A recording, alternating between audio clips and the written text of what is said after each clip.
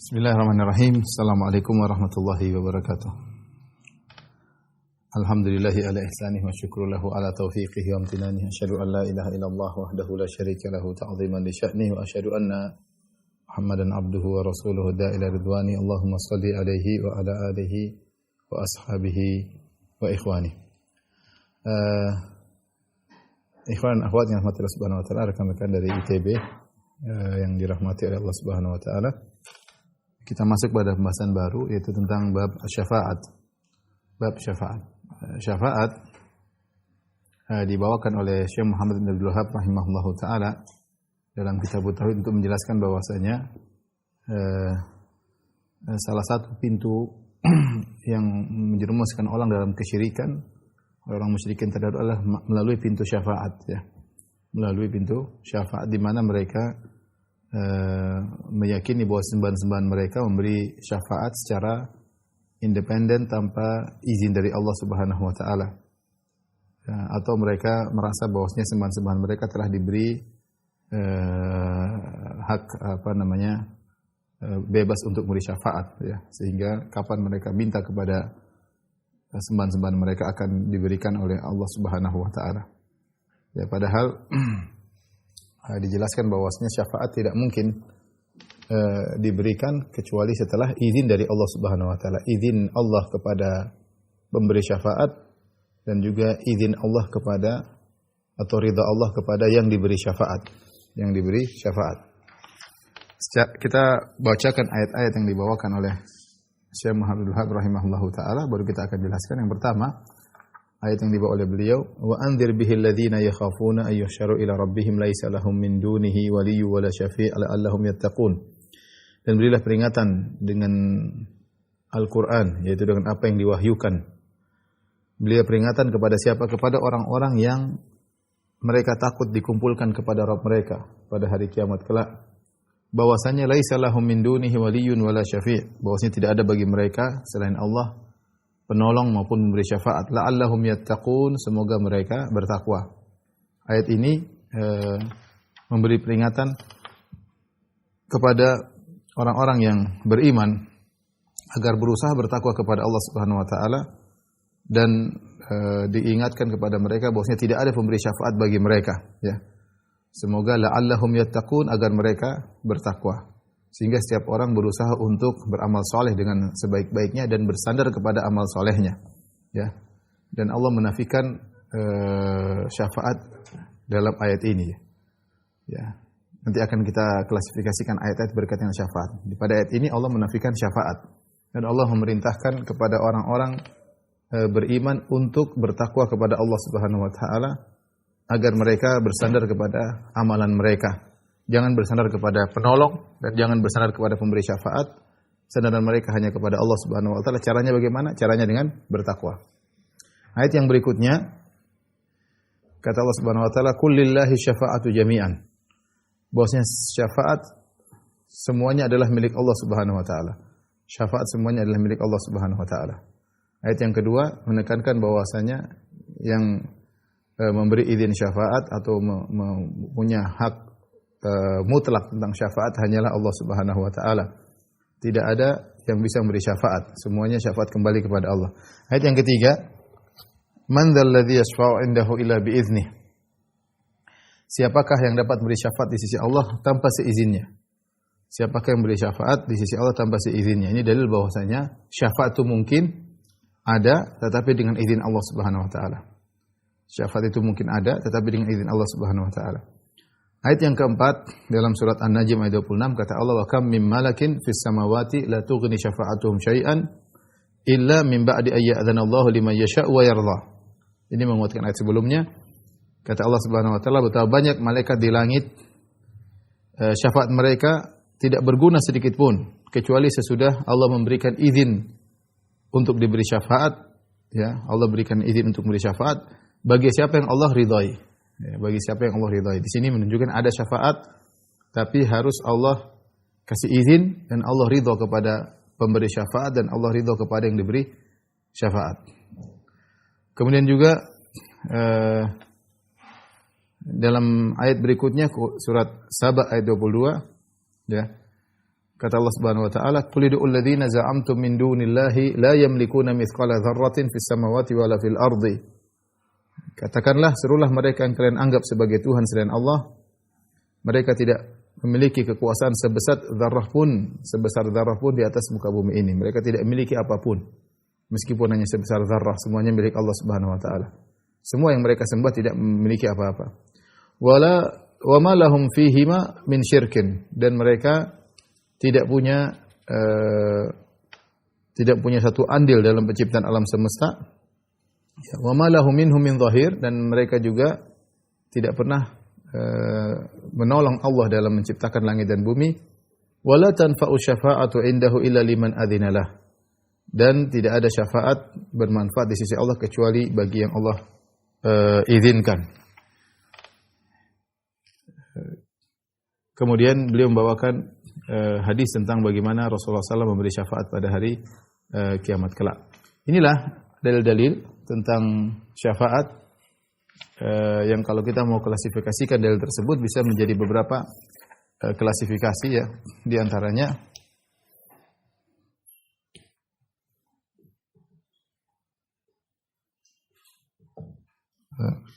datang dalil-dalil tentang syafaat, dalil-dalil yang berkaitan dengan syafaat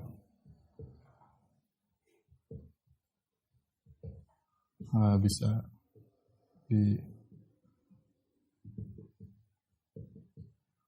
sebagai berikut.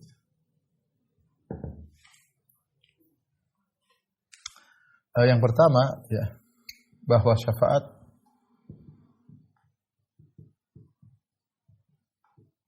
seluruhnya hak Allah. Firman Allah Subhanahu wa taala, "Qul lillahi syafa'atu jami'an."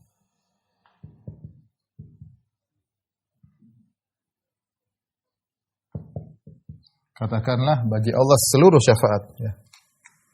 Katakanlah syafaat seluruhnya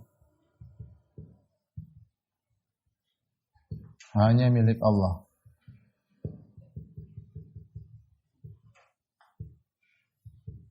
Kemudian bentuk yang kedua, ini bentuk yang pertama. Bentuk yang kedua adalah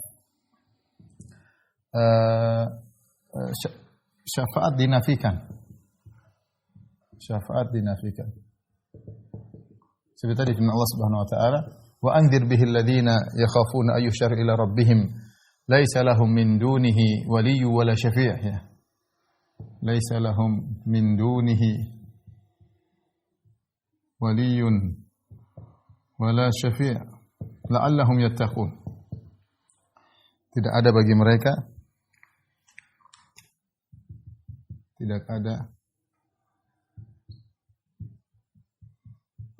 bagi mereka penolong maupun memberi syafaat.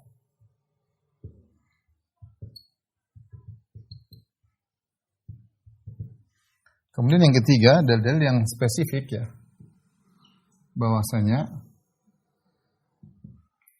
syafaat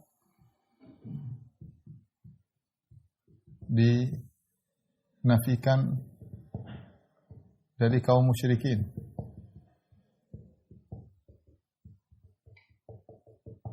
Seperti firman Allah, "Fama tanfa'uhum syafa'atu syafi'in." Fama tanfa'uhum syafa'atu syafi'in. Ya. Tidak bermanfaat bagi mereka syafaat para pemberi syafaat.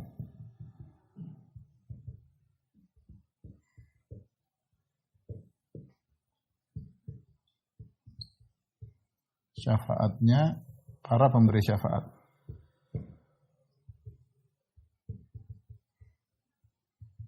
Kemudian yang keempat, adanya syafaat yang ditetapkan. Syafaat yang ditetapkan jika memenuhi persyaratan.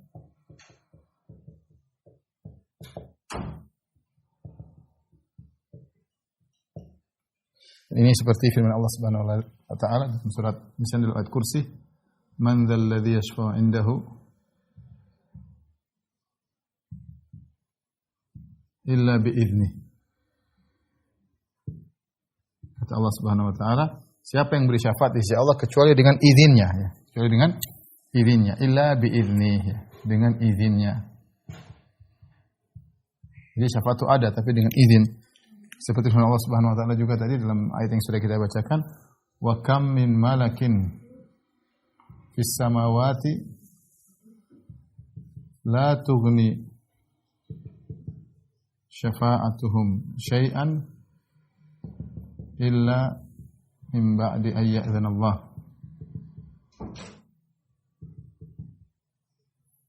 Liman yasha'u wa yarda. Kata Allah, betapa banyak malaikat. Jadi malaikat ini makhluk yang sangat dekat dengan Allah. Makanya sering dikatakan malakun muqarrab, yaitu malaikat yang dekat. Ya. Kata Allah, fa inistakbaru falladzina inda rabbika la yastakbiruna ibadatihi fala yastahsirun, ya. Kalau mereka sombong, maka yang ada di sisi Allah itu para malaikat akan beribadah kepada Allah. Ya, mereka tidak sombong dan mereka beribadah kepada Allah. Jadi malaikat dekat dengan Allah Subhanahu wa taala. Malaikat juga beri syafaat. Mereka beri syafaat, tetapi syafaat mereka tidak bermanfaat sama sekali. La tughni syafa'atum syai'an. Syafaat mereka tidak bermanfaat sama sekali illa min ba'di ayyadzana Allah, kecuali setelah izin Allah. Liman yasha'u wa yarda. Syaratnya setelah izin Allah. Liman yasha, bagi yang diizinkan untuk beri syafaat,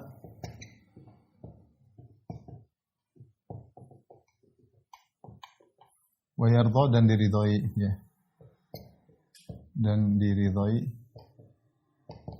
yang dapat syafaat.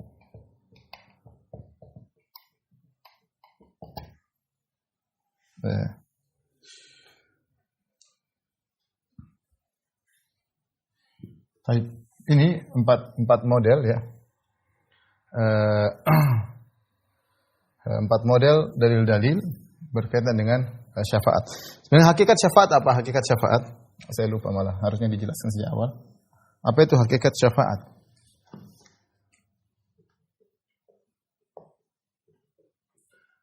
Syafaat diambil dari kata asy-syafa', ya. Asy-syafa' artinya adalah genap. Genap artinya seorang dia ada keperluan, dia datang kepada orang lain agar memberi syafaat untuk dia, sehingga tadinya dia sendiri, maka dengan pertolongan orang lain maka jadi genap, ya. Jadi genap. Misalnya gampangnya lah, saya perlu ada keperluan, maka saya datang ke seorang pejabat misalnya, saya minta bantuan dia untuk menyampaikan ke Pak Presiden misalnya. Tadi saya sendiri, maka dengan bantuan dia saya menjadi genap, ya. Jadi genap. Itu disebut dengan syafaat, ya. Sehingga bahasa kita gampangnya kemudian dia membantu pejabat tersebut, membantu kita untuk ngomongin ke Pak Presiden, sehingga pejabat tersebut memberi syafaat, ya, untuk saya. Syafaat ditujukan kepada presiden untuk saya misalnya. Nah, saya tadinya sendiri ganjil, ketika saya gabung dengan dia menjadi genap, ya. Dengan genap inilah diharapkan maka keperluan bisa dimudahkan. Itu namanya hakikat syafaat. Nah, kita kembali kepada dalil-dalil yang berkaitan dengan syafaat, ya. Perhatikan, syafaat dinafikan, laisa lahum min dunihi waliyyun wala syafi'. Tidak ada bagi mereka penolong maupun beri syafaat. Nanti kita dapati lagi bahwa syafaat yang dinafikan adalah fama tanfa'uhum syafa'atu syafi'in. Tidak manfaat bagi mereka. Mereka di sini maksudnya orang musyrikin, orang musyrik. Mereka minta syafaat tapi syafaat mereka tidak dipenuhi. Dari sini ternyata ada syafaat yang dinafikan. Ini syafaat yang dinafikan. Ya. Syafaat yang dinafikan. Kenapa? Karena tidak memenuhi persyaratan. Tidak memenuhi persyaratan.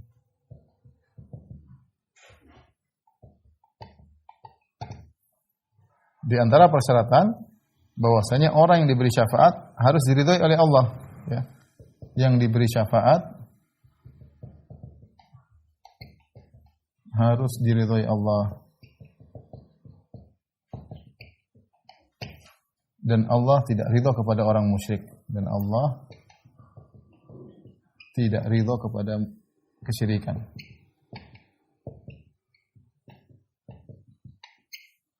Jadi syafaat dinafikan ini dibawa kepada ini namanya mutlak, ini namanya muqayyad.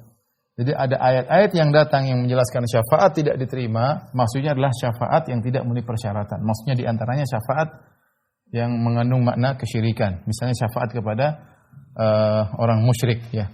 Atau syafaat tanpa izin Allah ya. Syafaat tanpa izin Allah. Maka ini juga tidak akan bermanfaat. Kemudian kita dapati ayat yang menyatakan syafaat diizinkan. Inilah syafaat yang diizinkan. Syafaat yang ditetapkan. Kapan ditetapkan? Jika memenuhi persyaratan. Ya. Jika memenuhi persyaratan.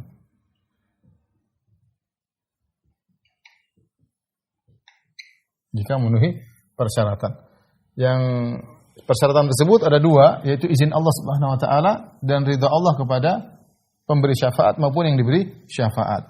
Jika demikian, ya, maka disimpulkan bahwasanya syafaat itu sebenarnya kembalinya adalah hanya milik Allah. Ini kesimpulan. Kesimpulan bahwa syafaat hanya milik Allah. Kenapa hanya milik Allah? Karena kalau Allah tidak izinkan tidak dapat. Karena Allah tidak mengizinkan maka seorang tidak bisa beri syafaat. Contoh sederhana, Nabi SAW, beliau ketika ingin memberi syafaat ya, ketika di padang mahsyar kemudian manusia dalam kondisi di bawah terik matahari jarak 1 mil, semua orang keringat, bercucuran keringat, kondisi mereka sangat payah ya, sehingga mereka ingin segera Allah datang lifasil qada, Allah segera datang untuk mulai persidangan. Maka mereka datang kepada Nabi Adam, wahai Nabi Adam, ala tashfa' lana inda rabbik, tidakkah kau beri syafaat bagi kami? Yaitu minta kepada Allah agar Allah segera datang untuk memulai persidangan. Nabi Adam merasa saya tidak berhak. Ya, aku tidak berhak. Pergilah kalian kepada Nabi Nuh. Mereka pergi kepada Nabi Nuh, mereka mengatakan anta awwalu rasulin ila ahlil ard. Engkau adalah rasul yang pertama Allah utus kepada manusia, wahai Nuh. Faqad sammakallahu 'abdan syakura. Allah telah memberi nama engkau dengan hamba yang pandai bersyukur. Ala tara ma balagha bina, tidakkah kau lihat kondisi kami yang parah sekarang ini? Ya. Ala tashfa' lana inda rabbik, tidakkah engkau memberi syafaat bagi kami di sisi Allah? Kata Nabi Nuh, enggak bisa, saya tidak berhak. Pergilah ke nabi yang lain. Maka mereka pergi ke Nabi Ibrahim. Nabi Ibrahim mengucapkan perkataan yang sama. Masing-masing punya uzur. Kata Nabi Adam, saya pernah dilarang mendekati sebuah pohon tapi saya melanggar. Nabi Nuh mengatakan saya punya doa yang akhirnya membinasakan umatku ya. Kemudian dia mengatakan pergilah ke nabi yang lain. Mereka pergi ke Nabi Ibrahim. Nabi Ibrahim mengatakan saya pernah berdosa 3 kali. Tentu penjelasannya sudah panjang lebar, tapi intinya Nabi Ibrahim pernah merasa melakukan kesalahan 3 kali berkaitan dengan perkataannya. Kemudian dia bilang pergilah kepada Nabi Musa. Mereka pergi Nabi Musa mengatakan laqad qataltu nafsan lam umar bi qatliha. Aku telah membunuh seorang yang aku dilarang, tidak diperintahkan untuk membunuhnya. Aku punya dosa, punya kesalahan. Pergilah ke yang lain. Mereka pergi Nabi Isa. Nabi Isa tidak menyebutkan dosa. Walam yadhkur dzamban. Dia tidak menyebutkan dosa, tidak menyebutkan kesalahan, tapi dia mengatakan pergilah kepada Nabi Muhammad. Akhirnya setelah mereka berpindah dari satu nabi ke nabi yang lain, semua menuju kepada Nabi Muhammad SAW. Nah, Nabi Muhammad SAW dia berhak untuk beri syafaat. Tetapi sebelum dia beri syafaat, apa yang dilakukan? Dia duduk, beliau sujud sallallahu alaihi wasallam, sujud di bawah arsy Allah Subhanahu wa taala. Kata Nabi SAW, fayuftah alayya mahamid, ya, la uhsina hal'an. Aku pun diberi ilham oleh Allah Subhanahu wa taala untuk memuji Allah dengan pujian-pujian yang aku tidak bisa memujinya sekarang ini. Jadi nanti pada hari kiamat kelak Allah bukakan bagi Nabi ilmu baru tentang sifat-sifat Allah Subhanahu wa taala yang Nabi belum tahu, maka Nabi memuji Allah dengan sifat-sifat tersebut. Nabi sujud dulu, setelah lama baru Allah mengatakan, ya Muhammad irfa' ra'sak, wahai Muhammad angkat kepalamu. Wasal tu'tah, mintalah kau akan dikabulkan, wasfa' tusyaffa', beri syafaat maka kau akan diberi syafaat. Jadi ternyata prosesnya Nabi Muhammad SAW harus minta izin dulu. Harus minta izin, kemudian sujud pada Allah Subhanahu wa taala. Setelah Allah izinkan, baru kemudian Nabi SAW memberi syafaat kepada seluruh umat manusia agar Allah segera datang memulai persidangan. Jadi pada hakikatnya syafaat adalah milik Allah. Siapa yang Allah izinkan, tidak semua orang bisa beri syafaat. Apakah semua orang bisa beri syafaat? Jawabannya tidak. Yang Allah izinkan. Siapa yang dapat syafaat juga hanya izin Allah. Si fulan bisa dapat, si fulan bisa dapat, si fulan tidak. Ya. Apakah semua manusia beri syafaat? Kita bilang tidak. Kalau Allah izinkan baru bisa. Lihat tadi Nabi Adam tidak bisa. Nabi Nuh tidak bisa. Nabi nggak bisa syafaatul uzman. Ternyata tidak semua orang bisa beri syafaat pertama. Siapa yang bisa beri syafaat? Yang Allah izinkan. Tidak semua orang bisa syafaat. Kedua, siapa yang bisa dapat syafaat? Hanya yang diizinkan oleh Allah Subhanahu wa taala. Kau boleh kasih syafaat dan syafaatmu hanya untuk si fulan, si fulan, si fulan. Sehingga ketika kita lihat kondisi seperti kita tahu bahwasanya syafaat sebenarnya adalah hak Allah Subhanahu wa taala. Terus apa hakikat syafaat? Hakikat syafaat hanyalah sekadar ikram, pemuliaan kepada orang tersebut. Kepada orang tersebut. Ya. Jadi Allah memuliakan Nabi Muhammad SAW. Nanti ada malaikat memberi syafaat. Ada orang soleh memberi syafaat. Iya, berarti Allah ingin muliakan dia. Sehingga dia bisa beri syafaat, dia bisa keluarkan orang dari neraka jahanam misalnya. Dia bisa berdoa, beri syafaat agar orang tidak bisa masuk dalam neraka dengan syafaat dari dia. Ya. Tapi ini semua, ikhwan, kembali kepada izin Allah Subhanahu wa taala. Siapa yang memberi syafaat dan siapa yang diberi syafaat. Sehingga benarlah firman Allah, "Qul lillahi asy-syafa'atu jami'an." Ya, bahwasanya seluruhnya syafaat hanyalah milik Allah Subhanahu wa taala, ya. Hanyalah milik Allah Subhanahu wa taala. Dari sini kita tahu bahwasanya, ya, di hari kiamat kelak, ya. Di hari kiamat tidak ada seorang pun yang beri syafaat langsung. Syafaat ibtidaan, apa istilahnya, apa namanya? Ibtidaan. Bahasa Indonesia artinya apa? Langsung tanpa izin, tidak ada. Tanpa izin. Itu enggak ada. Semua harus minta izin. Semua harus minta izin dulu. Lihat Nabi SAW sujud, ya, izin dulu. Inilah kenapa harus minta izin dulu. Inilah yang membedakan antara syafaat berkaitan dengan hak Allah dengan syafaat di dunia. Inilah pembeda utama. Inilah pembeda utama antara syafaat syafaat di akhirat dengan di dunia. Kalau di dunia seorang raja, dia nggak mungkin bisa menjalankan roda pemerintahan kecuali dengan anak buahnya, dengan menteri-menterinya. Dia tidak mungkin menjalankan roda pemerintahan sendiri, nggak mungkin. Sehingga dia punya menteri-menteri, dia punya orang-orang yang dia butuhkan, ya. Dia punya orang yang dia butuhkan. Nah, orang-orang yang dia butuhkan ini bisa saja kasih syafaat secara langsung, tidak harus minta izin kepada raja. Ada orang minta tolong, dia kasih memo, antarkan ke raja, bilang dari saya, dari menteri ini, dari panglima ini. Dari saya, sampaikan kepada presiden, sampaikan kepada panglima, sampaikan kepada, artinya mereka bisa saja memberi syafaat langsung tanpa harus minta izin kepada raja, karena mereka tahu raja butuh kepada mereka, dan raja pun bisa nggak enak untuk tidak menerima memo tersebut. Ini orang ini punya jasa sama saya, ya, nggak enak, maka saya penuhi, saya kabulkan permohonan syafaatnya. Tapi maksud saya menteri-menteri tersebut bisa kasih memo tanpa harus minta izin kepada sang raja. Karena mereka tahu bahwa sang raja butuh kepada sang menteri. Kalau nggak ada menteri, mereka nggak bisa kerjakan. Ini yang perbedaan utama antara Allah dengan penguasa-penguasa di atas muka bumi. Allah Subhanahu wa taala tidak butuh dengan siapapun. Ya, Allah tidak butuh. Ya, tidak butuh. Sehingga ketika orang memberi syafaat, dia harus minta izin. Dia harus minta izin karena Allah, dia tidak punya andil kepada Allah sama sekali. Lain halnya dengan menteri, lain halnya dengan pengawal, lain halnya dengan panglima, dia punya andil terhadap jalannya roda pemerintahan. Adapun Allah semua tidak ada urusan. Tidak ada urusan. Sehingga tidak boleh ada orang mentang-mentang kemudian mentang-mentang mau kasih syafaat, enggak bisa. Apa yang buat kau bisa mentang-mentang di akhirat langsung beri syafaat tanpa izin dari Allah? Allah tidak butuh engkau sama sekali. Nabi Muhammad SAW saja manusia terbaik yang pintu surga tidak akan terbuka kecuali untuk Nabi, dia harus sujud dahulu. Harus sujud dahulu. Disinilah titik kesalahan kaum musyrikin dahulu. Kaum musyrikin, mereka menganggap sesembahan-sembahan mereka ini bisa memberi syafaat secara independen langsung. Sehingga ketika ditegur, kenapa kalian membunuh? Kenapa kalian menyembah berhala-berhala ini? Kata mereka, haula'i syufa'auna indallah. Mereka ini adalah pemberi-pemberi syafaat bagi kami di sisi Allah. Kami kalau menyembah mereka, urusan kami menjadi lancar, ya, karena mereka memberi syafaat bagi kami di sisi Allah. Memberi syafaat artinya memudahkan permintaan kami kepada Allah. Kalau lewat mereka mudah. Apa kata orang musyrikin? Kata kaum musyrikin,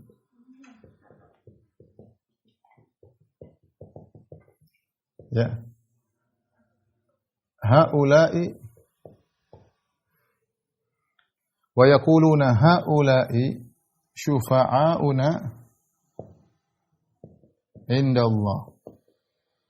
Kata mereka, sembahan-sembahan kami adalah pemberi syafaat bagi kami.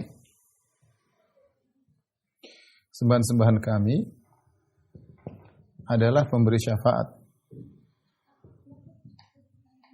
bagi kami di sisi Allah. Jadi mereka pede seakan-akan bahwasanya memberi syafaat ini sembahan-sembahan mereka pasti beri syafaat kepada mereka. Seakan-akan sembahan-sembahan mereka ini punya hak independen untuk beri syafaat. Ya. Maka inilah sebab mereka berbuat kesyirikan, ya. Kata mereka, dan ini ingat, orang-orang musyrikin dahulu mereka tidak percaya hari kiamat. Mereka maksudkan adalah bagaimana mudahnya mereka untuk mendapatkan kebutuhan mereka di dunia dengan cara menyembah berhala-berhala tersebut, karena berhala-berhala ini punya kedekatan dengan Allah Subhanahu wa taala.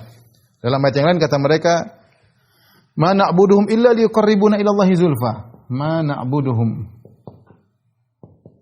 illa liqarribuna ila Allahi zulfa. Kata mereka, kami tidak menyembah sesembahan-sembahan tersebut kecuali untuk mendekatkan kami kepada Allah Subhanahu wa taala dengan kedekatan yang sedekat-dekatnya. Jadi di antara syirik yang mereka lakukan adalah syirik menjadikan sembahan-sembahan tersebut sebagai syafaat-syafaat bagi mereka di sisi Allah Subhanahu wa taala. Mereka minta kepada sembahan-sembahan tersebut agar permintaan mereka diberi syafaat, diberi memo kepada Allah sehingga permintaan mereka mudah dikabulkan oleh Allah. Itulah titik kesyirikan. Makanya di antara hal yang fatal seperti sebagian orang yang menganalogikan Allah dengan seorang raja, misalnya mengatakan kamu kalau minta kepada raja langsung tidak akan diterima. Kamu harus minta lewat orang-orang yang dekat dengan Allah Subhanahu wa taala, ya, sehingga nanti disampaikan kepada Allah Subhanahu wa taala. Ya, ini sama mirip dengan keyakinan orang-orang musyrikin yang mereka minta kepada Allah melalui perantara yang mereka sebut sebagai pemberi syafaat, ya, memberi syafaat. Ikhwan dan akhwat yang dirahmati Allah Subhanahu wa taala, ada beberapa sikap kelompok-kelompok terhadap syafaat. Di antaranya ahlul bidah dari kalangan Khawarij dan Mu'tazilah, mereka mengingkari adanya syafaat. Kata mereka, pelaku dosa besar tidak mungkin mendapat syafaat. Pelaku dosa besar tidak mungkin mendapat syafaat. Kalau orang sudah masuk neraka tidak bakalan keluar. Ya. Sementara dalam hadis-hadis menunjukkan orang bisa keluar dari neraka jahanam. Seperti dalam Sahih Bukhari, kata Allah, akhriju minan nari man kana fi qalbihi mithqalu dzarratin minal iman. Keluarkanlah dari neraka seorang yang masih ada imannya meskipun sebesar zarrah, dikeluarkan neraka. Berarti pelaku dosa besar bisa dapat syafaat, ya. Belum juga sabda Nabi sallallahu alaihi wasallam, syafaati li ummati min ahlil kabair. Syafaatku bagi umatku para pelaku dosa besar. Rasulullah SAW juga memberi syafaat, ya. Jadi syafaat itu ada, ya. Syafaat itu ada, bisa mengeluarkan orang-orang pelaku dosa besar dari neraka jahanam yang sudah disiksa untuk keluar. Nanti kita sebutkan macam-macam syafaat. Tapi ahlul bidah dari kalangan Khawarij Mu'tazilah mereka mengingkari syafaat. Kenapa mereka mengingkari? Karena mereka punya keyakinan sekali masuk neraka tidak bisa keluar lagi, ya. tidak bisa keluar lagi. Dan mereka hanya melihat dalil-dalil tadi dari 4 klasifikasi dalil, mereka hanya melihat dalil yang menafikan syafaat. Ada dalil mereka lihat ini syafaat tidak ada, mereka menafikan. Ketika mereka menafikan, lihat hanya dalil yang menafikan syafaat, sehingga mereka akhirnya meyakini syafaat tidak ada. Ya. Kelompok kedua adalah kaum musyrikin yang mereka meyakini bisa bahwasanya sembahan-sembahan mereka bisa memberi syafaat secara independen. Ya. Independen bahwasanya kapan mereka minta mereka pasti dapat. Mereka pasti dapat minta syafaat kepada mayat-mayat yang sudah meninggal, kepada wali-wali mereka. Mereka yakin bahwa ini telah diberi hak independen oleh Allah untuk memberi syafaat. Ini tidak benar karena syafaat seluruhnya milik Allah. Ya, jangankan wali, sedangkan Nabi Muhammad SAW saja harus sujud dulu, ya, minta izin kepada Allah Subhanahu Wa Taala, baru kemudian bisa memberi syafaat. Sedangkan para nabi-nabi saja tidak semuanya bisa beri syafaat dalam sebagian kondisi. Lihatlah tadi Nabi Nuh tidak bisa beri syafaat, Nabi Musa tidak beri syafaat. Dalam syafaat tersebut hanya Nabi yang bisa. Ya. Dalam kondisi lain mereka tentu bisa beri syafaat. Jadi artinya syafaat itu bukan hak independen bagi makhluk. Minta izin dulu, ya ada prosedurnya. Minta izin, Allah kasih izin kepada siapa? Kepada siapa? Tidak semuanya bisa mendapatkan syafaat. Ya. Kalau ternyata Rasulullah SAW ingin beri syafaat, tetapi orang yang mau dikasih syafaat tidak berhak mendapat syafaat, maka dia tidak akan dapat. Contoh nyata, misalnya dalam ketika Nabi SAW melewati Sirat, kemudian Nabi SAW berdoa dan para Nabi juga berdoa. Selain Nabi Muhammad SAW, para Nabi juga berdoa. Kata Nabi SAW, wa kalamur rusul yauma idzin Allahumma sallim sallim. Perkataan para Rasul ketika itu, ya Allah selamatkan, ya Allah selamatkan, ya Allah selamatkan. Tapi apakah semua umat Nabi SAW selamat? Jawabannya tidak. Ternyata umat Nabi yang melewati Sirat ada 3 model. Yang pertama selamat, tidak terluka sama sekali. Yang kedua terluka dan kemudian selamat. Yang ketiga terluka dan tenggelam dalam neraka jahanam, masuk dalam neraka jahanam. Padahal Nabi sudah berdoa, Allahumma sallim sallim. Ya Allah, selamatkan dan selamatkan. Namun tidak semuanya dapat doa Nabi sallallahu alaihi wasallam. Kenapa? Ada yang tidak berhak mendapatkan syafaat Nabi sallallahu alaihi wasallam. Ada yang tidak berhak mendapatkan syafaat Nabi sallallahu alaihi wasallam, ya. Jadi kesimpulannya bahwasanya syafaat adalah hak Allah Subhanahu wa taala, ya. Allah hanya mengizinkan kepada orang yang Allah kehendaki, ya. Dan kepada siapa yang berhak mendapat syafaat. Ayat-ayat tersebut, ya, saya ulangi lagi contohnya Allah sebut dalam surat Al-Baqarah, kata Allah Subhanahu wa taala surat ayat kursi, man dzalladzi yashfa'u indahu illa bi'izni. Siapa yang bisa beri syafaat di sisi Allah kecuali dengan izin Allah. Kemudian juga tadi wa kam min malakin fis samawati la tughni syafa'atuhum syai'an. Betapa banyak malaikat di langit tidak bisa beri syafaat kepada, tidak bermanfaat syafaat mereka. Mereka beri syafaat tapi tidak bermanfaat. Illa min ba'di ayyadana Allah, kecuali sudah diizinkan oleh Allah liman yasha' wa yarda, kepada orang yang Allah ridai dan Allah kehendaki. Kemudian kata Allah Subhanahu wa taala, yauma idzil la tanfa'u syafa'atu illa man adzina lahu ar-rahman wa radiya lahu qawla. Pada hari tersebut syafaat tidak bermanfaat kecuali bagi yang diridai oleh Allah, diizinkan dan diridai oleh Allah Subhanahu wa taala. Kepada siapa yang Allah izinkan dan kepada orang yang Allah ridai. Hanya orang yang diizinkan beri syafaat baru bisa beri syafaat kepada yang diridhai untuk mendapatkan syafaat. Ya, la yamlikuna syafa'ata illa man ittakhadha indar rahmani ahda. Mereka tidak berhak mendapatkan syafaat kecuali yang telah mengadakan perjanjian di sisi Tuhan yang Maha sempurna, yaitu yang diizinkan untuk memberi syafaat. Tolong dihapus. Kita akan sebutkan contoh-contoh syafaat. Kita kembali pada salah satu ayat yang kelima yang disebutkan oleh Syekh Muhammad Abdul Wahhab, yaitu ayat surat Saba ayat 22. Surat Saba ayat 22, kita merenungkan ayat ini. Ini ayat kata Allah Subhanahu wa taala surat Saba ayat 22, "Qul idul ladzina za'amtum min dunillahi la yamlikuna mithqala dzarratin fis samawati wala fil ard."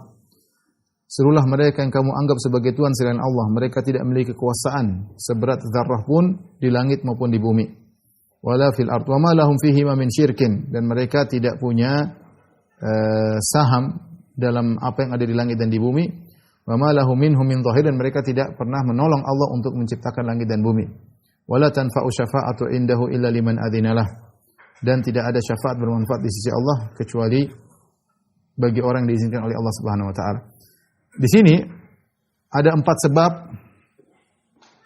kenapa seseorang boleh untuk disembah, ya. Allah sebutkan 4 sebab, ya, dalam surat Saba ayat 22. Allah sebutkan 4 sebab sesuatu boleh disembah.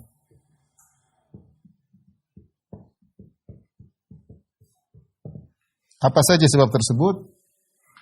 Pertama, jika dia, ya, memiliki sesuatu di atas sesuatu di langit maupun di bumi.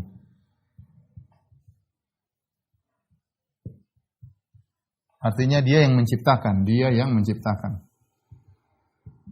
Maka dia boleh disembah, ya. Sederhananya begini. Kalau misalnya seandainya Allah Subhanahu wa taala menciptakan seluruh alam semesta kecuali misalnya Jakarta yang ciptakan ternyata bukan Allah. Maka seorang boleh menyembah pencipta Jakarta ini karena dia yang ciptakan.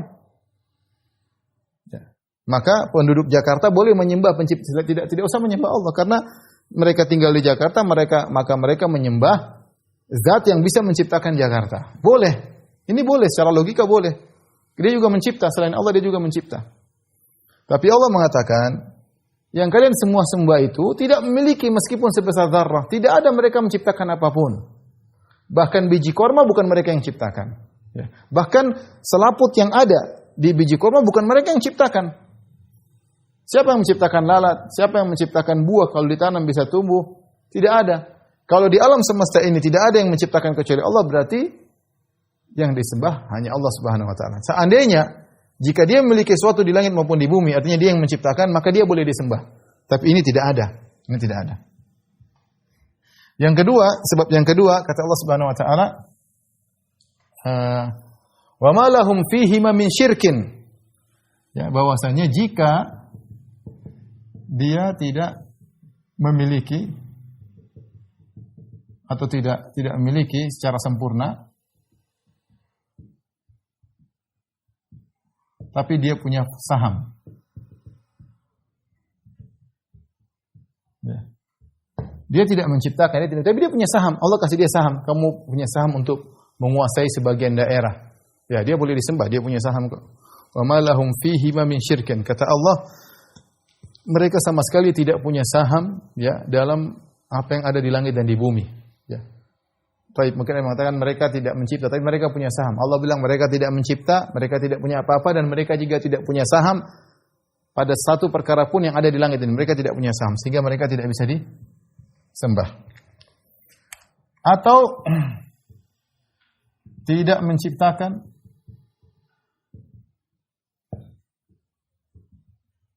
tidak punya saham, tapi membantu Allah dalam penciptaan. Maka ini juga boleh disembah. Kalau dia tidak menciptakan, dia tidak punya, tapi dia membantu Allah dalam proses penciptaan. Ya, kata Allah, "Ma lahu minhum min dhahir." Tidak ada yang bantu Allah dalam menciptakan, dalam mengurusi alam semesta, dalam penciptaan atau pengurusan alam semesta. Tidak ada yang bantu Allah. Jika demikian, maka tidak ada juga yang berhak disembah. Yang terakhir yang mungkin membuat seorang bisa disembah, ya, jika bisa memberi syafaat tanpa izin, langsung independen dan pasti diterima. Kalau ada makhluk, dia tidak menciptakan alam semesta, dan dia juga tidak punya saham dalam penciptaan alam semesta, dan dia juga tidak bantu Allah dalam proses penciptaan dan pengaturan alam semesta, tapi Allah kasih dia untuk beri syafaat secara independen. Kapan dia memberi syafaat langsung tanpa harus minta izin dan pasti terkabulkan syafaatnya, maka dia boleh disembah. Tapi ternyata ini juga tidak ada. Ya, ternyata ini juga tidak ada. Ya. Nah, kesyirikan yang dilakukan oleh kaum musyrikin bukan dari sisi ini. Karena kaum musyrikin meyakini tidak ada yang menciptakan kecuali Allah Subhanahu wa taala. Semua alam semesta ini yang diciptakan hanya Allah Subhanahu wa taala. Mereka juga tidak masuk syirik, tidak menyembah selain Allah dari sisi ini karena mereka tahu bahwasanya sembahan-sembahan mereka ini tidak memiliki saham sama sekali. Bahkan dalam talbiyah mereka mengatakan labbaik Allahumma labbaik, labbaik la syarika laka labbaik illa syarikan huwa la tamliku wa malak. Ya, kata mereka, ya Allah, kami ini panggilanmu ya Allah tidak ada sekutu bagimu kecuali sekutu yang kau miliki. Ya. Kecuali sekutumu yang kau miliki sekutu tersebut dan dia tidak memiliki apa-apa. Jadi mereka sadar sekutu-sekutu yang mereka sembah ini tidak memiliki saham dalam alam semesta. Kemudian mereka juga tidak meyakini bahwasanya sembahan-sembahan mereka itu ikut membantu Allah dalam proses penciptaan, dalam proses pengaturan alam semesta, hidup dan mematikan. Mereka tidak meyakini itu semua. Tetapi mereka masuk dari sisi ini, dari sisi syafaat. Mereka masuk dari sisi ini, ya. Mereka menyembah selain Allah dari sisi ini.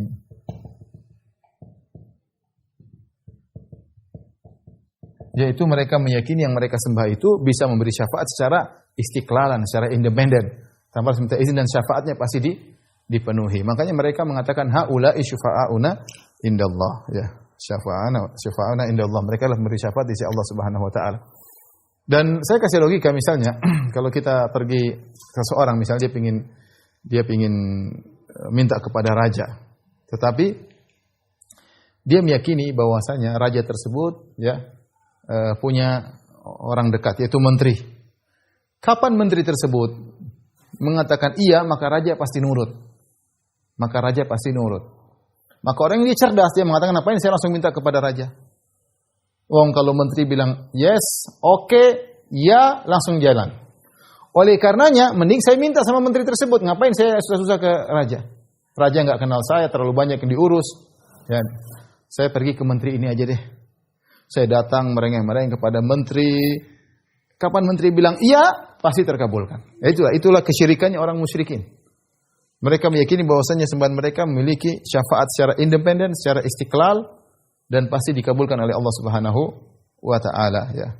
Sehingga ketika mereka minta kepada menteri ini, hati mereka sebenarnya kemana? Hati mereka sebenarnya terikatnya kepada menteri ini, bukan kepada Allah.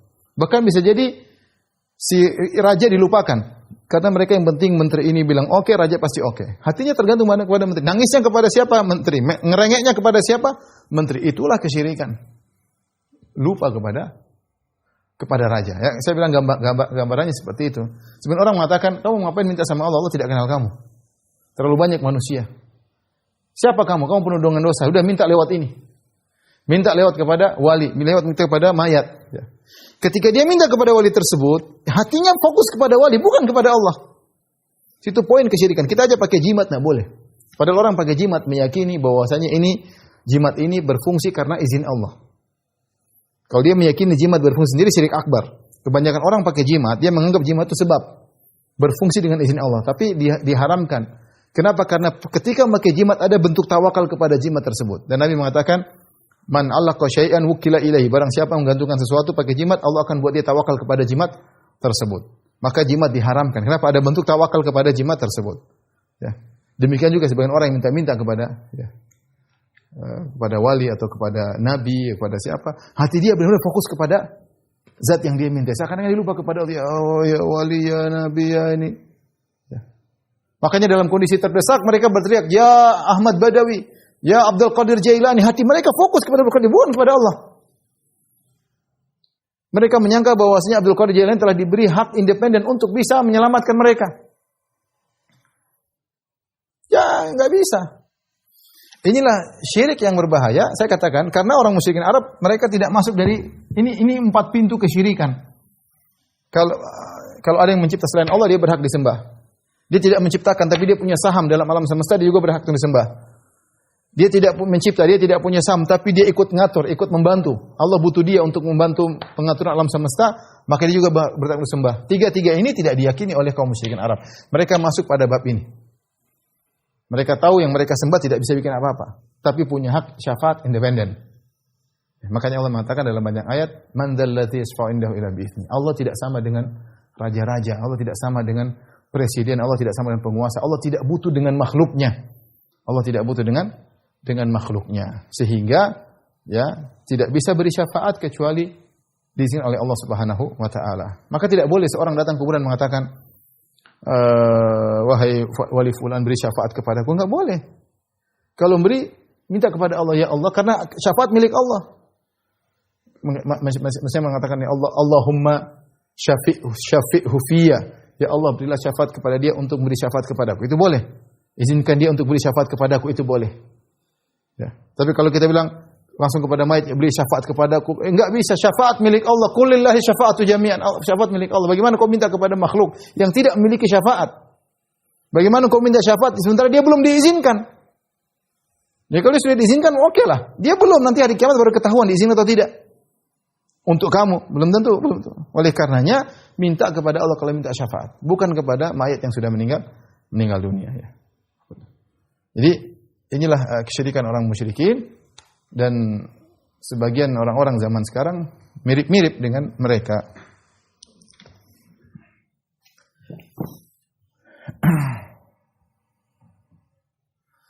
Baik, ikhwan dan akhwat yang Allah Subhanahu wa taala. Beberapa model syafaat yang ada di akhirat, ya. Ada pertama, syafaat yang khusus dimiliki oleh Nabi sallallahu alaihi wasallam. Ada 3 model. Yang pertama, ini syafaat khusus Nabi, syafaat al-uzma, asy-syafaatul uzma di padang mahsyar yang sudah kita sebutkan tadi. Ketika manusia datang kepada para nabi, semuanya menolak kecuali Nabi Muhammad sallallahu alaihi wasallam. Ya, kata Nabi, fa aqulu ana laha, aku yang akan memberi syafaat, fa asta'dzinu ala rabbi. Aku pun minta izin kepada Allah. Disebutkan Nabi pun sujud di bawah arsy Allah Subhanahu wa taala.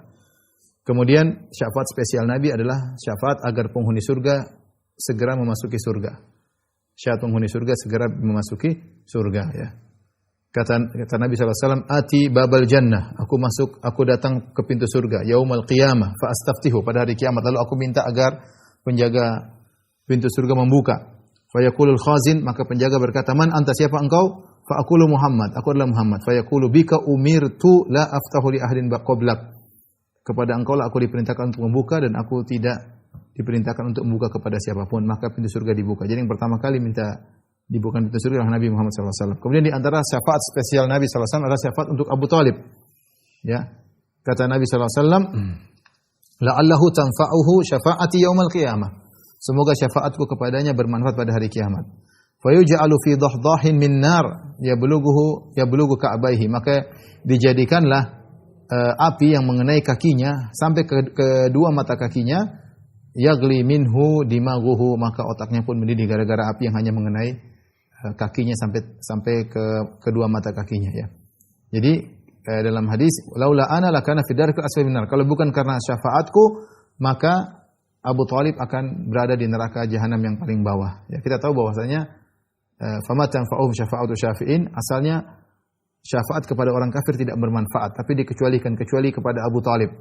Kepada Abu Talib Allah mengizinkan Nabi untuk memberi syafaat sehingga dia disiksa tidak terlalu dasar, bukan keluar dari neraka. Dia tidak bakal keluar dari neraka Abu Talib karena dia kekal di dalam neraka selama-lamanya. Tapi diangkat, disiksa dengan siksaan yang lebih ringan daripada yang lain. Ini 3 kekhususan syafaat Nabi, syafaat untuk di padang mahsyar untuk syafaatul uzma, kemudian syafaat untuk masuk surga, dan syafaat untuk pamannya Abu Talib. Berikutnya ada syafaat yang berlaku bagi Nabi dan kepada yang lain juga, kepada kaum mukminin, kepada malaikat. Di antaranya, masih ada satu lagi, ya, satu lagi yang khusus bagi Nabi, yaitu syafaat untuk umatnya yang mau surga tanpa hisab agar segera masuk surga. Syafaat untuk umatnya yang masuk surga tanpa hisab agar segera masuk surga, ya. Dalam hadis Maka Nabi sujud, kemudian dikatakan, ya Muhammad irfa' ra'sak, wahai Muhammad angkatlah kepalamu, sal tu'tah, mintalah kau akan diizinkan, isfatu syaffa', beri syafaat kau akan dapat syafaat. Farfa'u ra'si fa aqul ya rabbi ummati ummati. Aku pun angkat kepalaku berkata, ya Rabbku umatku umatku. Fayuqal, maka dikatakan, ya Muhammad adkhil jannah min ummatika man la hisaba alaihi minal babil aiman. Wahai Muhammad, masukkanlah ke dalam surga dari umatmu yang tidak ada hisab baginya lewat pintu kanan surga, ya. Jadi maka Nabi memberi syafaat agar yang mau surga tanpa hisab segera masuk surga. Ini juga syafaatku sebagai Nabi. Jadi ada 4. Tapi ada yang 3 lagi model syafaat yang ini berlaku umum buat bagi Nabi, bagi malaikat, para nabi, para syuhada dan kaum mukmin secara umum.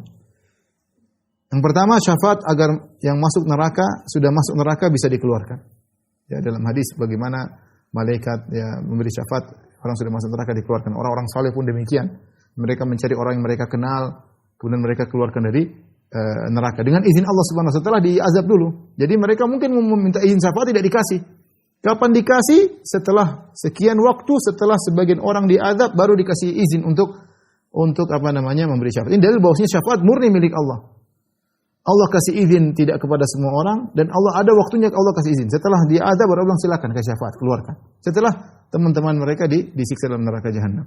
Kemudian syafaat kepada orang yang seharusnya berhak masuk neraka agar tidak jadi memasukinya. Ini juga syafaat umum, ya. Syafaat umum seperti misalnya anak-anak soleh yang mungkin orang tuanya mau dimasukkan neraka tapi tertahan karena anak-anak mereka, putri-putri mereka. Ini contoh, harusnya masuk neraka enggak jadi. Kemudian syafaat kepada orang yang berhak masuk surga agar dinaikkan derajatnya. Sudah masuk surga tapi dapat syafaat sehingga derajatnya lebih naik lagi, ya. Ini juga berlaku secara umum. Wallahu a'lam bishawab, demikian saja yang sampaikan, kurang lebih mohon maaf. Wabillahi taufiq wal hidayah. Assalamualaikum warahmatullahi wabarakatuh.